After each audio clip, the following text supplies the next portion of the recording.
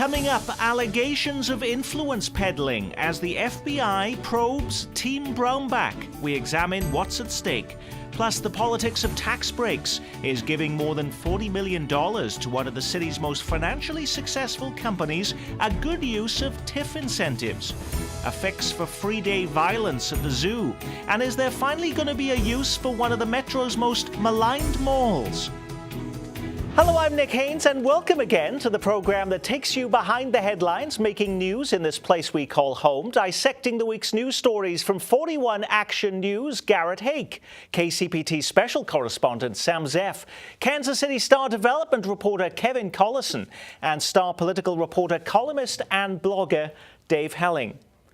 An FBI probe into the activities of top advisors to Kansas Governor Sam Brownback tops our look at the week's news. According to a breaking story in the Topeka Capital Journal, federal agents have spent months investigating influence peddling, including behind-the-scenes financial arrangements related to Brownback's privatization of the state's $3 billion Medicaid program. Now, you hear the words FBI and Brownback, but let's be clear what's involved. The governor is not being investigated here. Is that correct? This is some of his top advisors, Dave Helling? His former advisors, not in his office. We should be clear about that.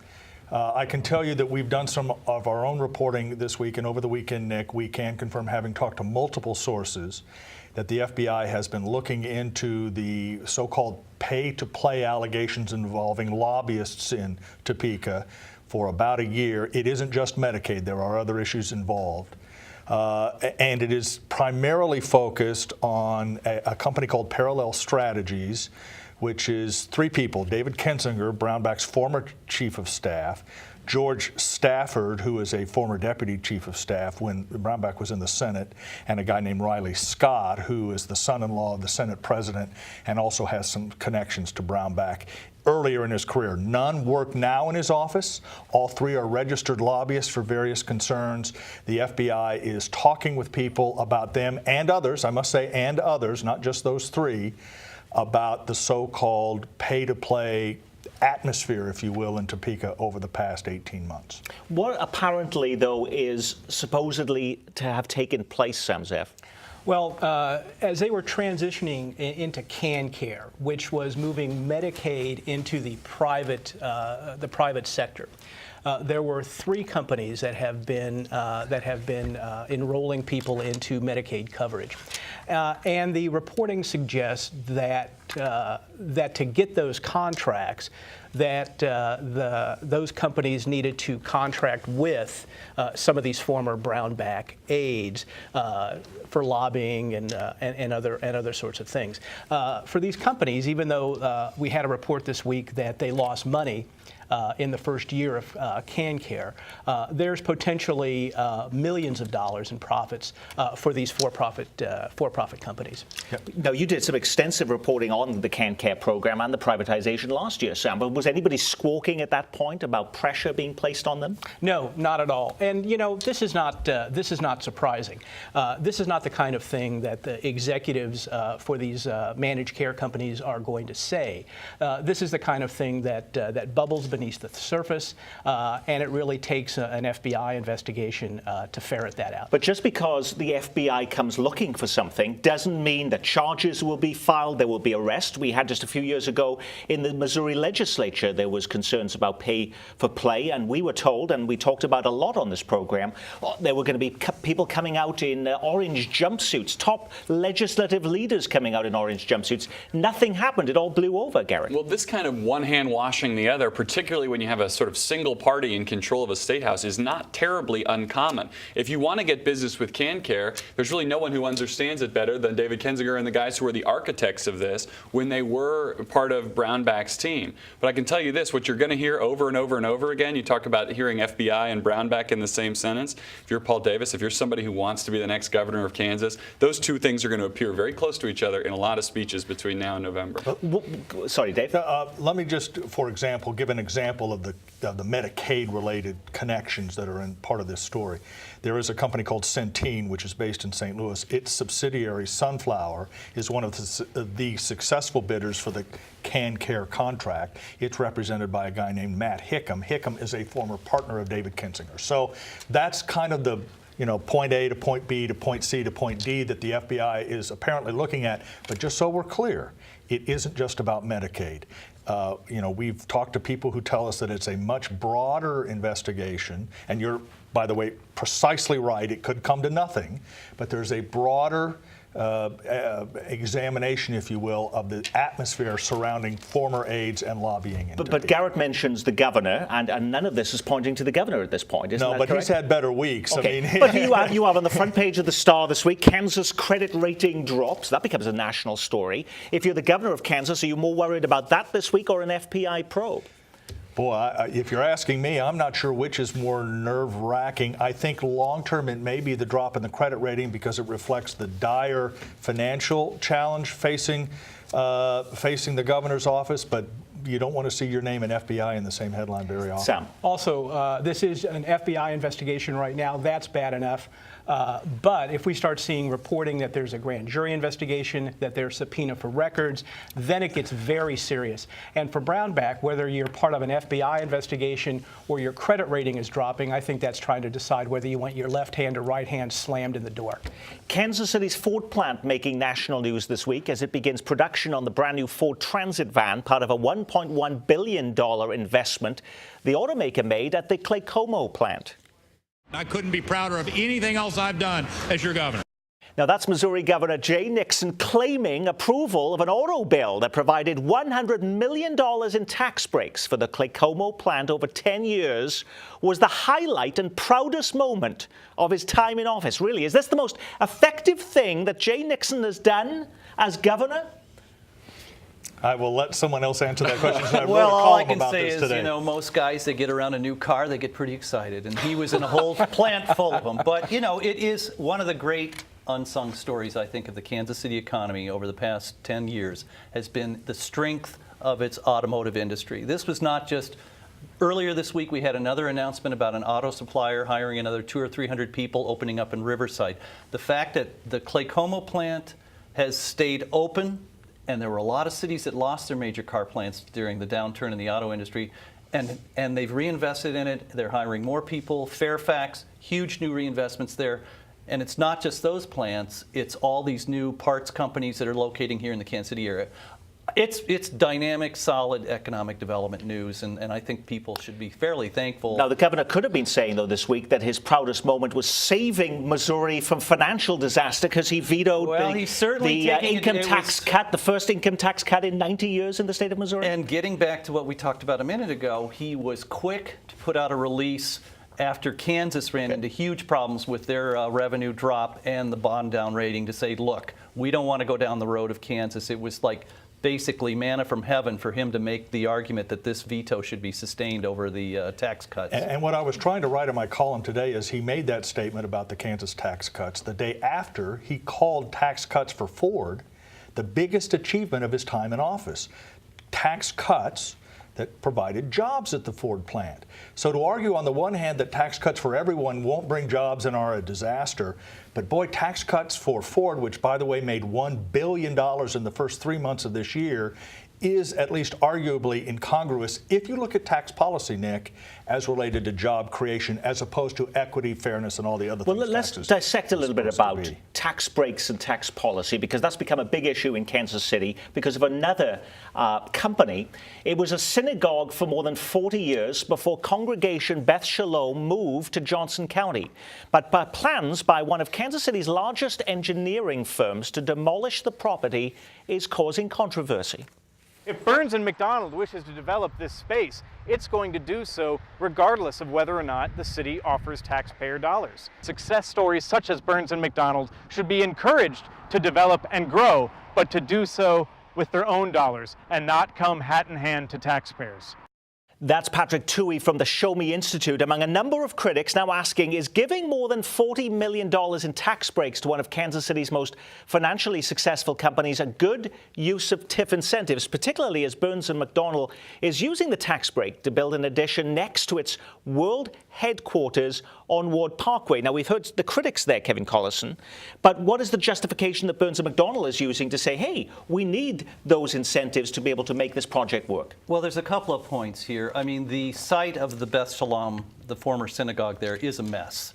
It's got terrible drainage. The building itself has been vandalized heavily. It's got a lot of environmental issues. So there are additional costs involved with developing that.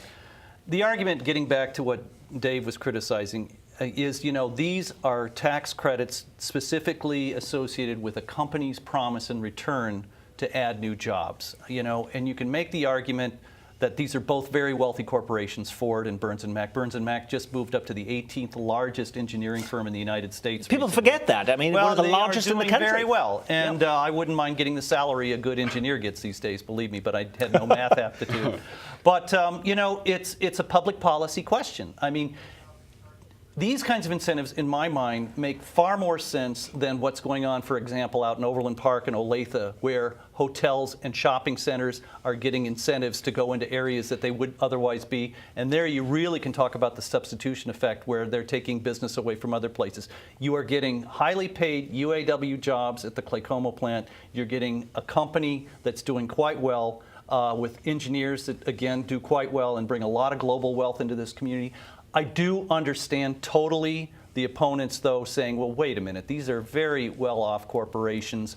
Yes. Why do they need so much? And again, remember, this is not cash coming out of the taxpayers. This is incentives. This is future investment. They get to keep some of the additional tax revenues that would be generated by this point.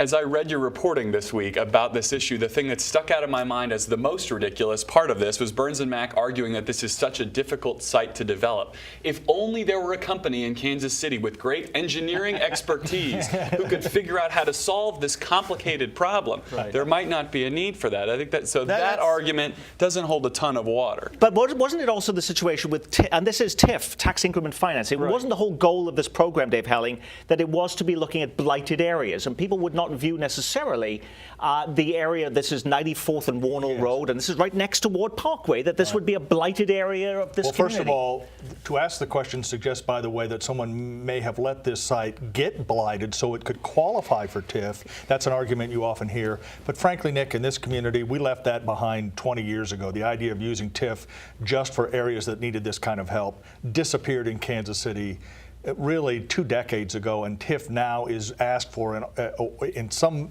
measure or another on virtually all redevelopment projects other than brand new brownfield stuff. Okay. Kansas City Mayor Sly James and his St. Louis counterpart, Mayor Francis Slay, joined forces this week in Jefferson City to oppose what they described as senseless gun legislation, or to put it more bluntly, a proposal Mayor James called absurd, embarrassing, and dangerous for the state's 2 largest cities. The bill the mayor was talking about would nullify federal gun laws in Missouri. It would allow Missourians to sue federal agents who they believe infringed on their gun rights. Another version of the bill would bar those agents from future service in any state or local law enforcement agency. The 2 mayors got lots of attention for their colorful rhetoric, but did they change any lawmakers' minds? Well, of course they didn't change any lawmakers' minds, but I don't even think that's the point. I think it's important for Kansas City and St. Louis to be represented, to go there and say, you know what, we have unique problems, and we should be able to have gun laws which make sense for us. At the, you see this, and we did a story on this in the local show, where you have states saying, you know what, Washington, stay out of our business. Well, I think that local government should be able to go to Jefferson City or Topeka and say, you know what, stay out of certain things with us. It really is. If you're talking about incongruous, I think that is a huge incongruity. We just saw that in Kansas a few weeks ago with their new gun law, where you had a lot of these municipalities, KCK in particular, went to lobby against this new gun law, saying what works in western Kansas probably doesn't fit in an urban area like KCK. Well, as Garrett mentions out, Kansas is also thumbing its nose then at the federal government. In fact, according to a report this week from Sam on KCPT's The Local Show, far more frequently, in fact, is Kansas getting involved in doing this than in Missouri. In fact, Governor Brownback just signed into law a bill separating the state from federal government's oversight on health care matters. For starters, Kansas did not support Obamacare. Let's all agree that Kansas have made that very, very clear.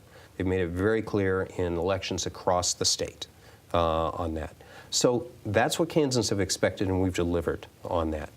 You know, the dollars that we spend on the highways. Let me just back up for that just for a second. What do you mean you delivered on that? What does that mean? We're trying to respect. We are respecting Kansans' wishes. I think Kansas have made it pretty clear they did not want us to participate in Obamacare. The idea of looking the federal government in the face and saying, no, we don't want that. And in particular, we don't want that for some of the people who are the most neediest. I think it is, close to immoral.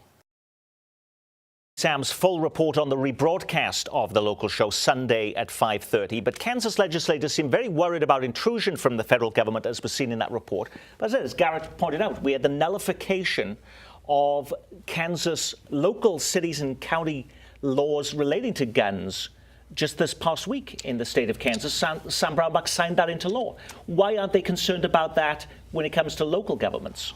Well, here's what they tell you when you ask them. That when you're looking at the federal government, there is the 10th Amendment. And throughout the whole piece, we talk about the 10th Amendment, and that is those things which the federal government isn't specifically told it can do comes down to the states. When it comes to the Kansas Constitution, no such thing exists. So I think that they believe that they can work their will for their political backers all over the state. And they use the 10th Amendment, well, we don't have one of those here, as an excuse. But they also, though, still accept quite a lot of federal money, though, in the state of Kansas. Oh, sure. And Dave Helling is the expert on that. But there's highway grants, agriculture. So, I mean, these are very specific things. Second Amendment, they don't like Obamacare. We covered this in the piece. It's like 30-something% of the entire budget is still coming from the federal budget. So it really is used, and we talk about the issue in Johnson County, so it really is a political issue more than anything.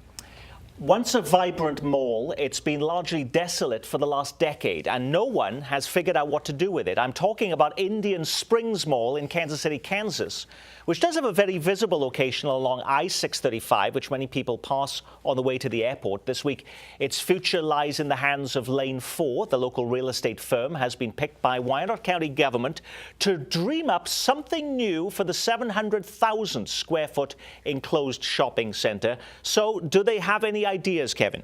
I think right now they are just exploring the possibilities. I mean, the Wyandotte County government bought this property several years ago.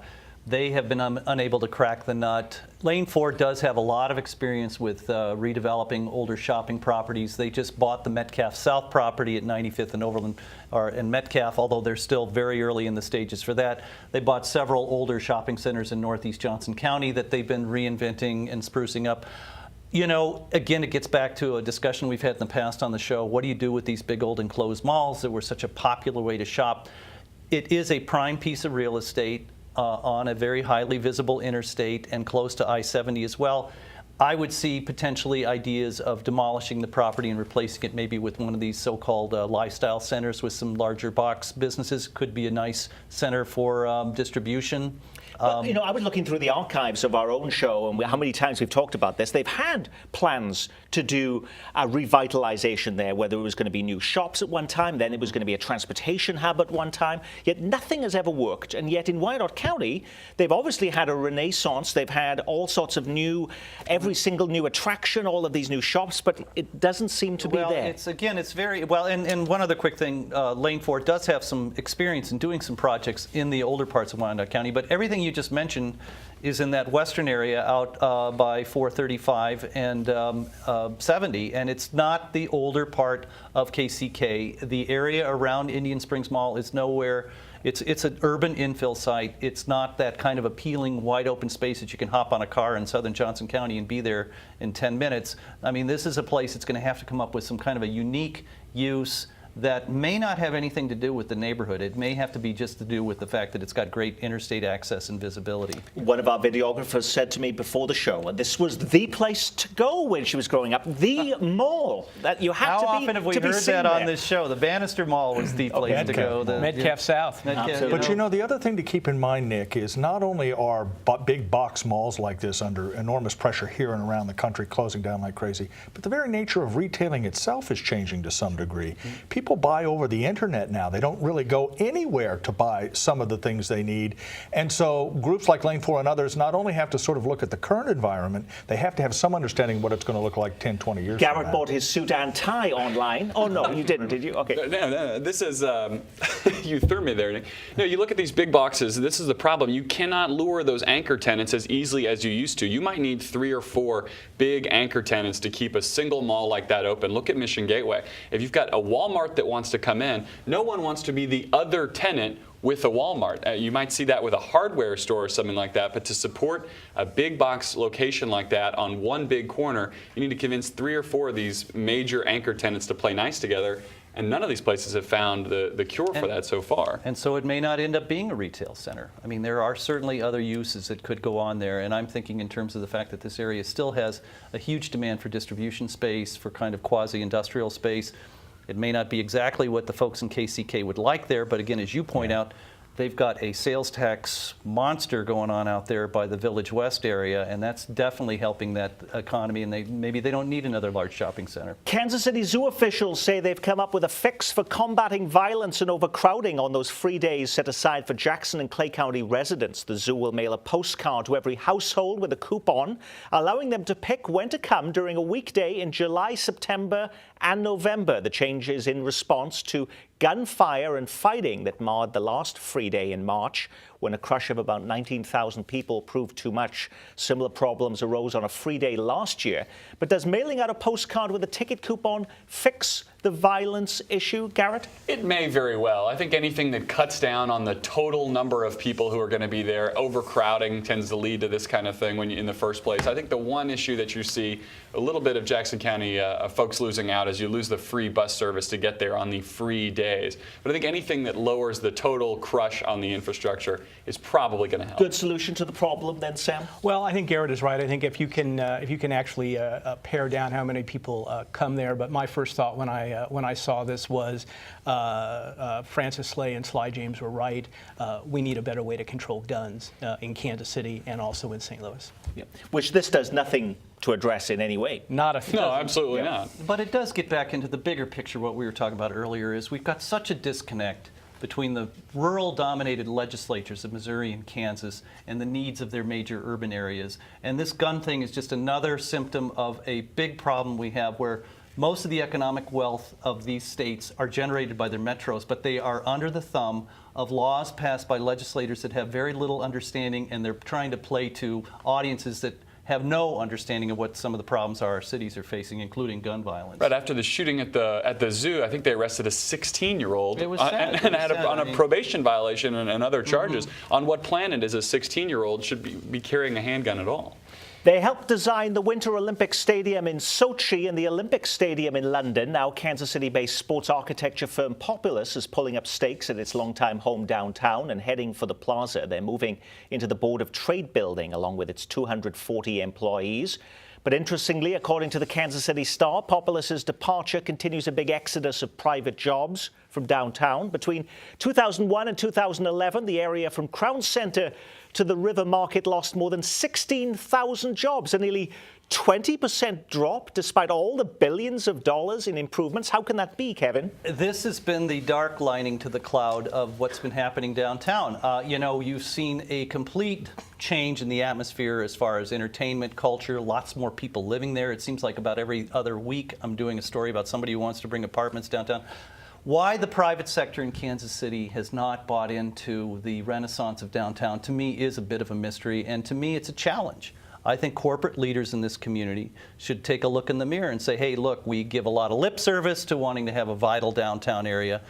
Why don't we put some of our employees down there? And it is a disappointment. I think you hear a lot from some folks at the Downtown Council. The mayor talks about getting these entrepreneurs, these startup companies, these small firms. But that doesn't make up for the big departures that Populous and then law firms and other folks that have occurred over the past 10 years. And it is a disappointment. And I think it's something that the city and the chamber and other folks in the business community should be taking a much harder look at. And I think, didn't they get incentives down there to build that building? Huge incentives for that building. And is there a clawback at all? The basic thing is the fact that the owner of the building is going to be responsible for meeting the obligation. And again, this gets back into a weird thing, is the developer who built this project, very much like the EPA building in downtown KCK, it was developed by somebody totally different who cut all the deals for the incentives, and the whole goal was to bring all these people down. Well, then they end up selling it to an investment group that has very little personal interest. It's just an item on their ledger, and they don't pay attention to these things. The only reason I bring up incentives is because we talked about that for other projects in Kansas City, and it shows that there's not always a pot of gold at the end of that rainbow. We may not have mountains or oceans, but we are now officially home, ladies and gentlemen, to the world's tallest water slide. It may have a funny name, but Verrückt at the Schlitterbahn Water Park in Kansas City, Kansas, is certified this week by the Guinness Book of World Records. They say this is a game changer. Will you be riding it, Sam Zeff? All I know is when I saw the name of it, I was pretty sure that I bought something that name at IKEA once. In Philadelphia. Probably never. Come on, Dave Helling, are you going to be on it? I work in newspapering. I have enough roller coaster in my life. Garrett Haake. I've got a story on that slide airing Monday night talking about how they know these things are even safe. I feel like I've got my reputation on the line. I've got to ride it. Kevin Colson, you're a development reporter. You have to be there as part of your beat. Come on. I left that part of my life behind 40 years ago, believe me. All right. I will be there then in a Speedo going on that ride, which opens in May. That is our Week in Review. Our thanks to our news reviewers from all of us here at KCPT. I'm Nick Haynes. Thanks for spending part of your weekend with us.